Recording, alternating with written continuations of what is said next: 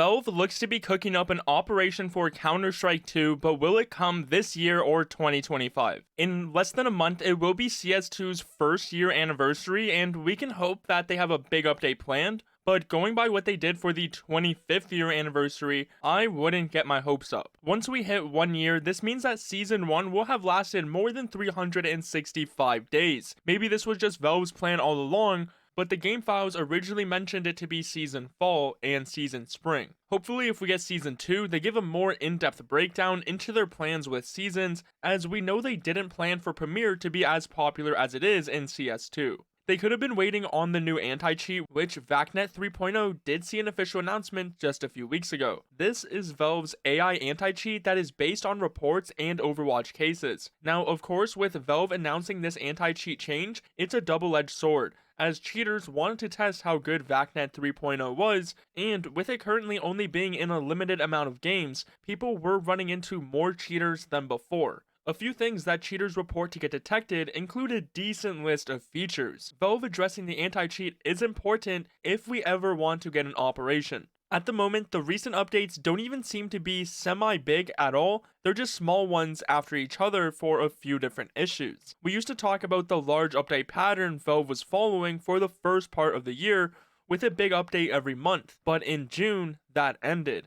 We have just been receiving smaller updates instead, where the biggest one is probably the new box on Dust 2. For example, the music kit update we got last week seems like a clear sign Valve is working on something bigger behind the scenes, like an operation. One reason is that out of all the possible cosmetics Valve could sell, a music kit was never sold in a past operation. In CS2, Valve made it so you can design graffitis for the workshop, but there still hasn't been a single new graffiti kit. We now have multiple new music kits, sticker capsules, and a case, but still not new graffitis, when the music kit update seemed like a nice opportunity, seeing as really nothing else was included. Plus, where is Train, or even the Winter Cobblestone we know they are working on? These things seem to just be hiding behind the scenes. It has been talked about for months or even years now that this part of the year, once we get into September, October, November, is the most potential time we see an operation, especially going by previous release dates. You take into account the anniversary is coming up, it will be without a doubt another failed opportunity by Valve if they just let this slide with nothing planned. The fact there has been no real big updates lately other than vacnet makes it seem like maybe they do have something planned. Going by a Counter-Strike dev, Valve lets the updates do the talking.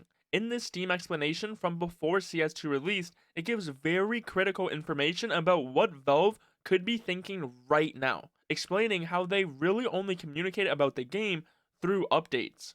Now, because we don't regularly communicate outside the context of updates, what goes in each update is just as important, and it tells everyone what we think is important about the game. Our goal is that updates reflect the conversations our customers are having, and they communicate what we think is important for the long-term success of the game. There's nearly an endless list of directions we can take the product and features we invest in. There's also a wide variety of interests our customers have, ranging from esports, gameplay, cosmetic items, and the game's performance. So prioritization of what we work on becomes a critical part of the development process. He mentions that updates reflect what they believe is important for the game, going into that they read a wide range of community feedback to plan out their updates. He says it's the actual Counter-Strike devs which read the feedback from the community about current issues in the game. How do we prioritize? Well, we start by reading a wide range of community feedback. We learn from CSGO-focused communities, as well as other communities where CSGO users go and talk to customers about it.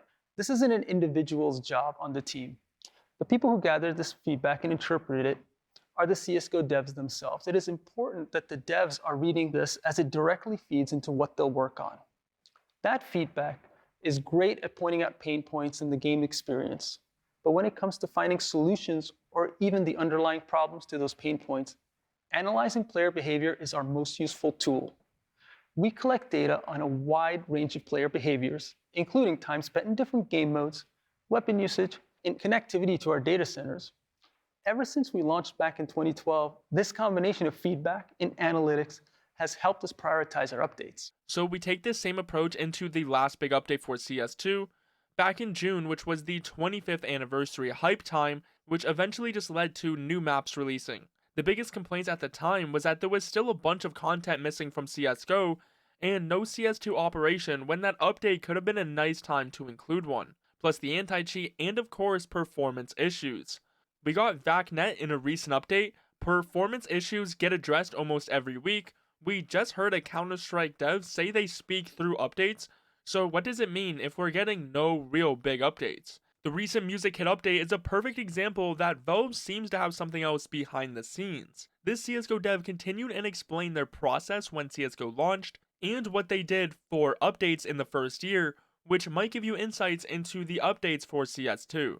When we launched the game, we had already started planning for future updates, which we predicted would line up with our customers' expectations.